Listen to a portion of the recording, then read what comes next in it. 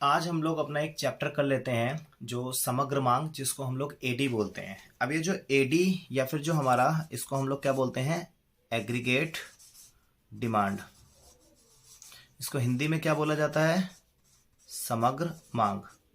बेटा ये ध्यान रख लेना, ये जो समग्र मांग है यहाँ से आप लोगों को बहुत ही सारे क्वेश्चंस मिलने वाले हैं और ये बहुत सारे क्वेश्चंस इंपॉर्टेंट हो जाते हैं। उसके लिए आपको सबसे पहले ये समझना पड़ेगा कि ये एडी क्या होता है।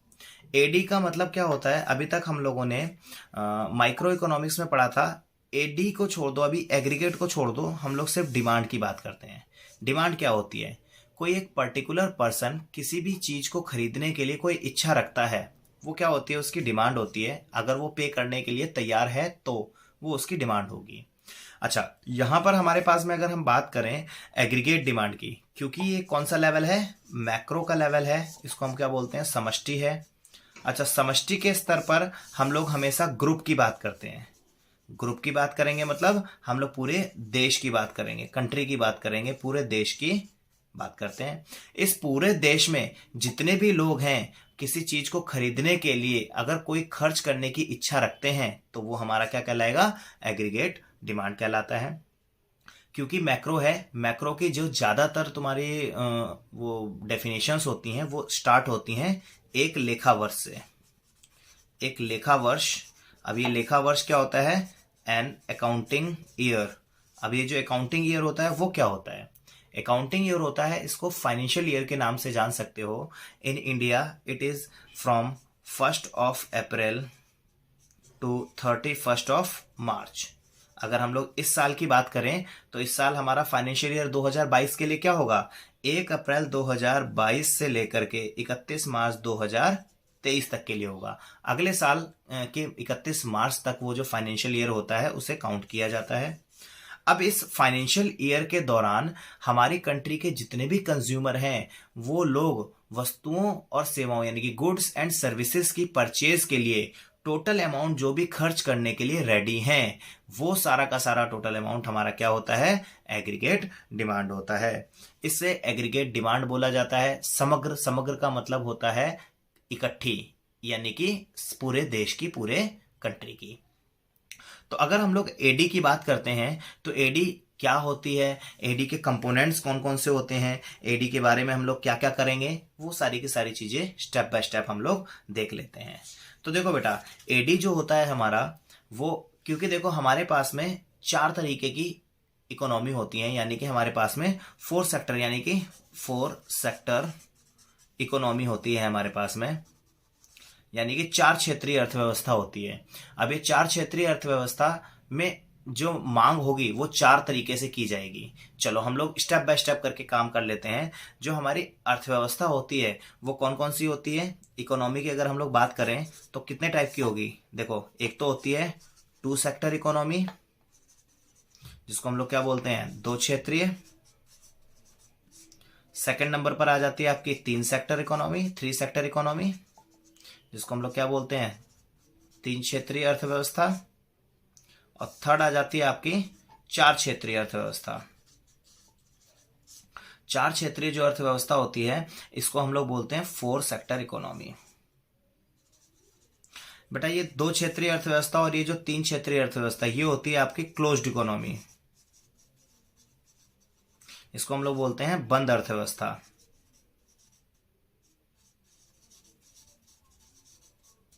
और बेटा अगर हम बात करें इस 4 सेक्टर इकोनॉमी की तो ये इकलौती ऐसी अर्थव्यवस्था होती है जिसको हम लोग खुली अर्थव्यवस्था बोलते हैं। इसको क्या बोलते हैं हम लोग, ओपन इकोनॉमी। अच्छा बेटा, क्लोज्ड इकोनॉमी हमारी ये वो इकोनॉमी होती है जिसके अंदर कोई भी चीज की सेल एंड परचेज वो एंटायर नेशन यानी कि किसी देश की सीमा रेखा के अंदर अंदर हो रही होती हैं। इसी वजह से इसको हम क्लोज्ड इकोनॉमी बोलते हैं। अगर मान लो हम बात करें, ये देखो ये हमारा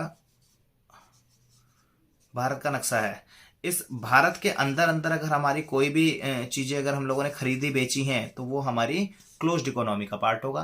प्लस खुली अर्थव्यवस्था या फिर ओपन इकोनॉमी क्या होती है, जब हम लोग इस देश के अंदर बाहर विदेशों से कोई सामान खरीद करके लाते हैं प्लस हम अपना सामान किसी बाहर के देशों में बेचते हैं जाकर के, तो वो हमारी खुली अर्थव्यवस्था होती है।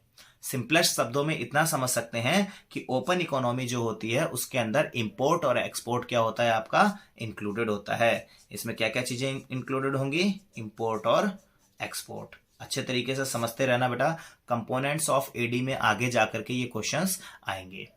तो अभी हम लोगों ने इकोनॉमी के बारे में समझ लिया कि इकोनॉमी होती है हमारी 3 तरीके की, 2 सेक्टर इकोनॉमी, 3 सेक्टर इकोनॉमी। 2 और 3 सेक्टर इकोनॉमी एक क्लोज्ड इकोनॉमी होती है और 4 सेक्टर इकोनॉमी एक ओपन इकोनॉमी होती है। चलो हम लोग बात करते हैं आगे कि अगर हमारा 2 सेक्टर इकोनॉमी है तो उसके अंतर्गत एडी क्या क्या होता है। अगर हम बात करें 2 सेक्टर इकोनॉमी की, यानी कि हम लोग 2 क्षेत्रीय अर्थव्यवस्था की अगर हम बात करें,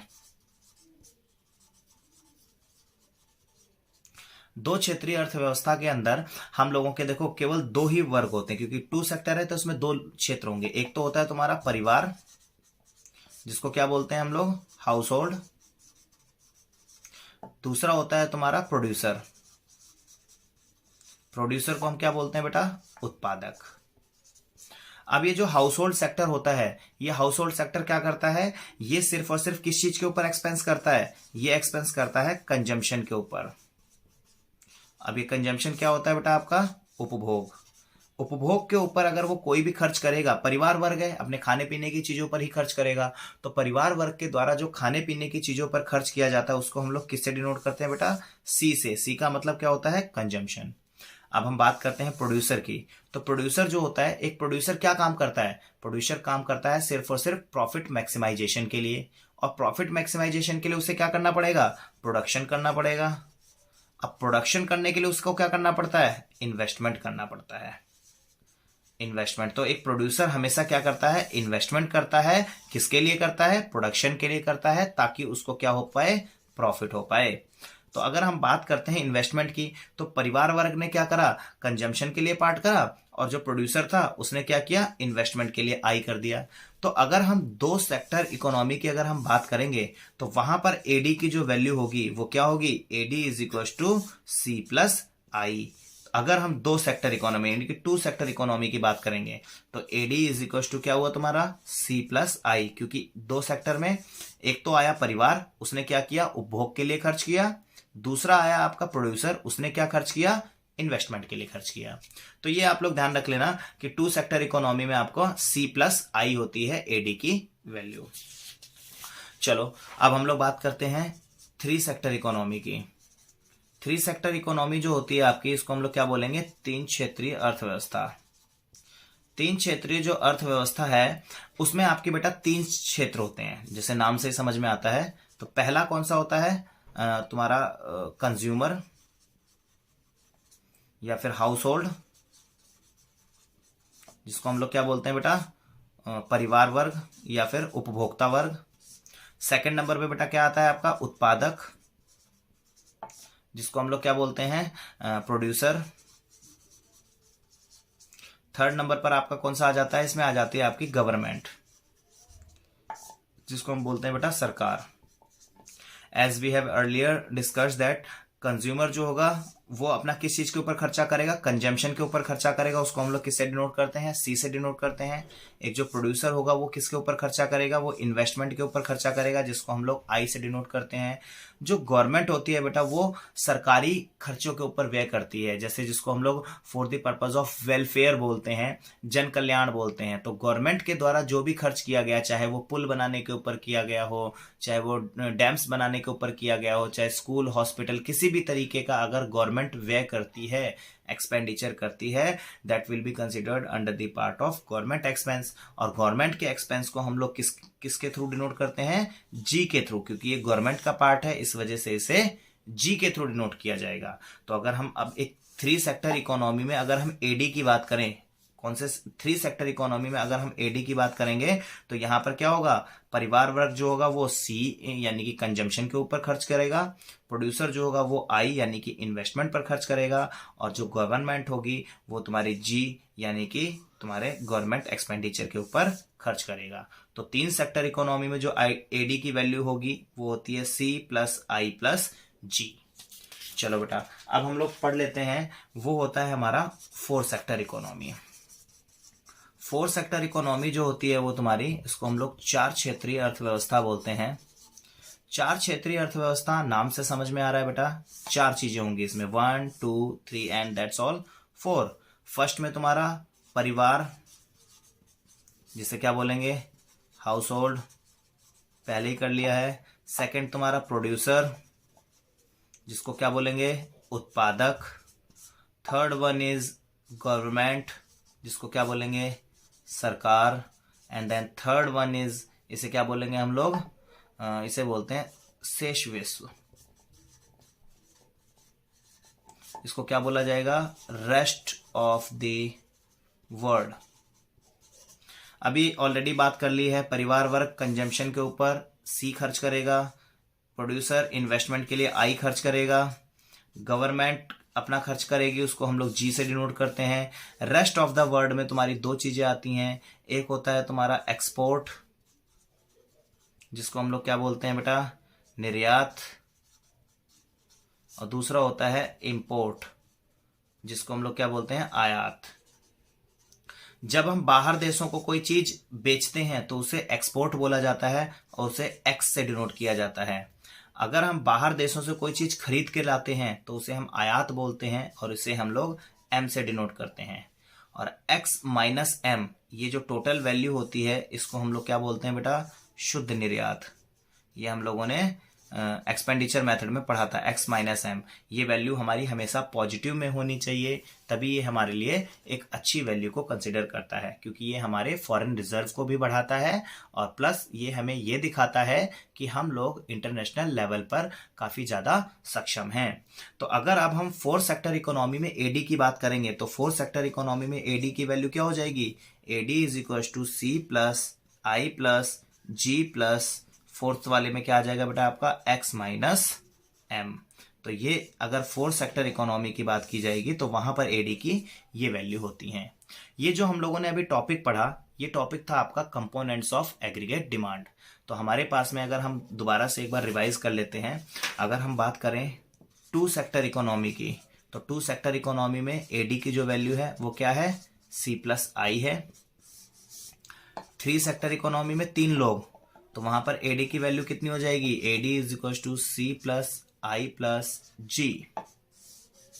और अगर हम फोर्थ सेक्टर इकोनॉमी की बात करेंगे तो एडी की वैल्यू क्या हो जाएगी बेटा, सी plus I plus G plus x minus M. ये वैल्यू हमारी फोर्थ सेक्टर इकोनॉमी के लिए कंसिडर की जाएगी। अगर आपसे क्वेश्चन आता है कंपोनेंट्स ऑफ एग्रीगेट डिमांड, तो आपको ये तीनों ही कंपोनेंट्स में लिखने पड़ेंगे, एक्सप्लेन करने पड़ेंगे। अच्छा, यहां तक हम लोगों ने एडी को फोर सेक्टर्स इकोनॉमी में पढ़ लिया, लेकिन इस टॉपिक के बाद में आप लोगों को अगर कभी भी एडी की वैल्यू पूछी जाएगी तो आप लोग हमेशा लिखोगे एडी की वैल्यू सी प्लस आई। और सी प्लस आई अगर हम लिख रहे हैं तो इसका मतलब कौन से सेक्टर इकोनॉमी की बात की जा रही है, टू सेक्टर इकोनॉमी की बात की जा रही है, यानी कि दो क्षेत्रीय अर्थव्यवस्था के बारे में बात की जाती है।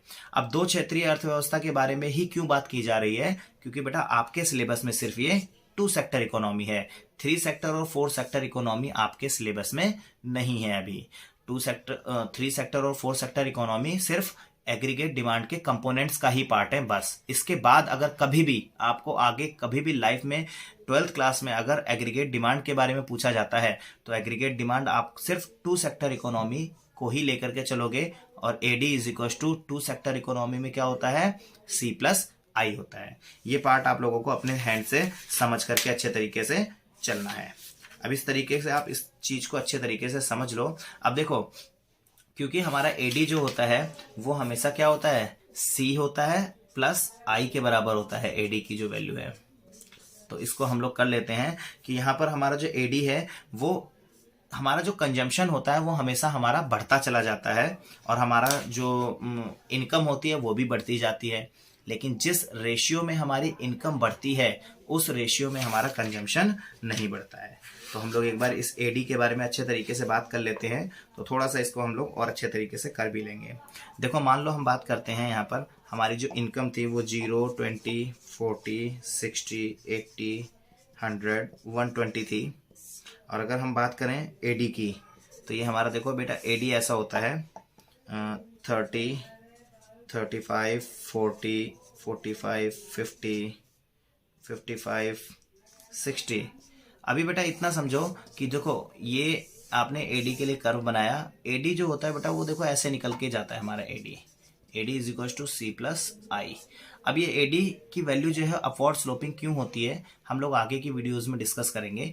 यहाँ इतना समझ लो बेटा कि ये देखो ये हमारी इनकम है, ये जीरो से स्टार्ट होती है और स्टार्टिंग में हमारी इनकम जीरो होती है, उस पर भी हमें कुछ ना कुछ कंजम्पशन करना पड़ता है। इसी कंजम्पशन को हम लोग क्या बोलते हैं बेटा, ऑटोनॉमस कंजम्पशन या फिर स्वायत्त उपभोग बोलते हैं। तो समग्र मांग का जो कर्व होता है वो अपवर्ड स्लोपिंग होता है हमारा, जो कि ऊपर की तरफ को भागता है। अब इसके बाद हम लोग थोड़ा सा कंजम्पशन के बारे में पढ़ेंगे, या फिर हम लोग अभी क्योंकि एडी के दो पार्ट हैं, इसमें कंजम्पशन भी है और इन्वेस्टमेंट भी है, यानी कि ये जो आपका एडी का कर्व बना है ये सी और आई दोनों के कारण बना होगा।